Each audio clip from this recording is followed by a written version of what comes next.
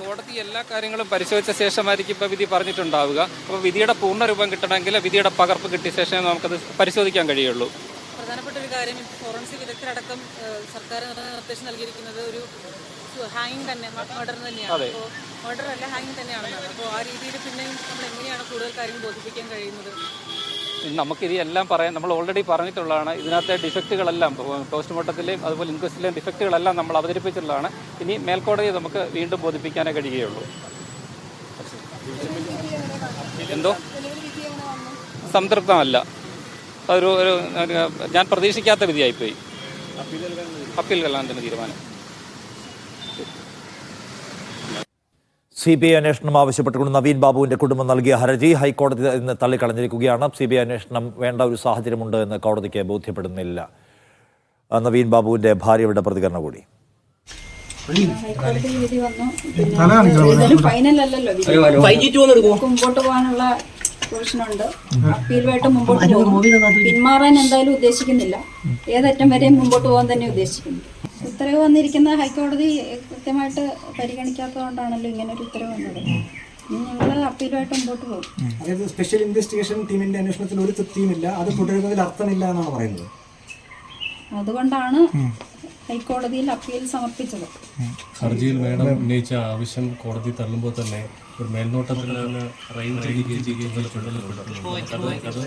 ആശ്വാസകരമല്ല, തൃപ്തികരമല്ല എന്നുള്ളതാണല്ലേ? തൃപ്തികരമല്ല. ഹർജി പറഞ്ഞ കാര്യങ്ങൾ, ആ സംശയങ്ങളൊക്കെ അങ്ങനെ തന്നെ നിലനിൽക്കുന്നു. സംശയങ്ങൾ കുടുംബം ഈ കാര്യത്തിലുള്ള തൃപ്തികരമല്ല എന്ന നിലപാട് സ്വീകരിക്കുകയാണ്. കേരളത്തിൽ ഇപ്പോൾ നടക്കുന്ന അന്വേഷണത്തിനകത്ത് അവർക്ക് വിശ്വാസക്കുറവുണ്ട്. ആ പ്രശ്നം ചൂണ്ടിക്കാണിച്ചുകൊണ്ടാണ് നവീൻ ബാബുവിന്റെ കുടുംബം ഹൈക്കോടതിയെ സമീപിച്ചത്. CBI അന്വേഷണം വേണം, അദ്ദേഹം ആത്മഹത്യ ചെയ്തതാണോ അതോ അദ്ദേഹത്തെ കൊന്നു കെട്ടിത്തൂക്കിയതാണോ എന്നടക്കമുള്ള സംശയങ്ങൾ ഉന്നയിക്കുകയും ചെയ്തു. ആ സംശയങ്ങൾ പക്ഷേ ആ നിലയ്ക്ക് കോടതി പരിഗണിച്ചില്ല എന്ന് മാത്രമല്ല, കുടുംബത്തിന്റെ തൃപ്തിക്ക് വേണ്ടി അന്വേഷണത്തിൽ ശരിയാവണ്ണമുള്ള മേൽനോട്ടം ഉറപ്പാക്കാൻ ഹൈക്കോടതി ഇപ്പോൾ പോലീസിന് നിർദ്ദേശം നൽകുകയും ചെയ്തിട്ടുണ്ട്. അതുകൊണ്ട് തന്നെ നേരത്തെ സുനിൽ ചൂണ്ടിക്കാണിച്ചതുപോലെ പുതിയൊരു മേൽനോട്ട സംഘം കൂടി ഈ അന്വേഷണത്തിൽ വരുമെന്നാണ് ഇപ്പോൾ നമ്മൾ മനസ്സിലാക്കേണ്ടത്. അഹമ്മദ് മുസ്തഫ ഒരിക്കൽ കൂടി ചേരുന്നു. മുസ്തഫ, ഇതിന്റെ വിധിപ്പകർപ്പ് കിട്ടാൻ കുറെ കൂടി വൈകുമായിരിക്കുമോ? കോടതി ഈ കാര്യത്തിൽ നടത്തിയിട്ടുള്ള ശ്രദ്ധേയമായ ഇടപെടലുകൾ എന്തൊക്കെയാണെന്ന് അറിയണമെങ്കിൽ പൂർണ്ണാർത്ഥത്തിൽ വിധിപ്പകർപ്പ് വരണം. കുറച്ചുകൂടി കഴിയുമ്പോഴത്തേക്ക് അത് അപ്ലോഡ് ചെയ്യാനുള്ള ഒരു സാധ്യതയുണ്ട്. എന്തായാലും ആ വിഷയത്തിൽ എന്തായാലും കുറച്ചുകൂടി വ്യക്തത എന്തൊക്കെ തരത്തിലാണ്, ഒരുപക്ഷെ കുറ്റപത്രം സമർപ്പിക്കുന്നത് ഉൾപ്പെടെ ഈ പ്രത്യേക അന്വേഷണ സംഘത്തിന് മേൽനോട്ടം വഹിക്കുന്ന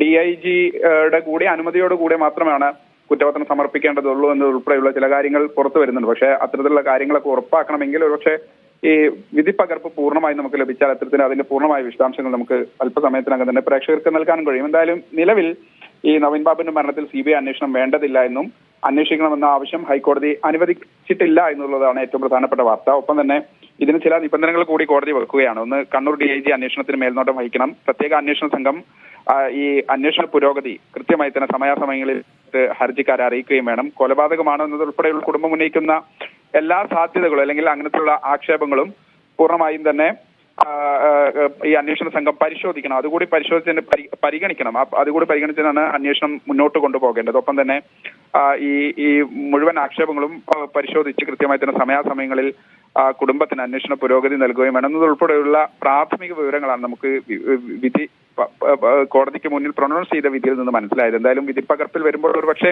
കുറച്ചുകൂടി സമഗ്രമായ വിധിയായിരിക്കും. ഏതൊക്കെ തരത്തിലുള്ള സാധ്യതകളാണ് കോടതി പരിഗണിച്ചതെന്നുൾപ്പെടെയുള്ള കാര്യങ്ങൾ കൂടി മനസ്സിലാക്കിയാൽ ആ വിവരങ്ങൾ കൂടി നമുക്ക് പ്രേക്ഷകർക്ക് നൽകാൻ കഴിയും. നിഷാദ. ശരി, അഹമ്മദ് മുസ്തഫാണ് വിവരങ്ങൾ നൽകിയത്. കൊച്ചിയിൽ നിന്ന് ഒരു ഇടവേള.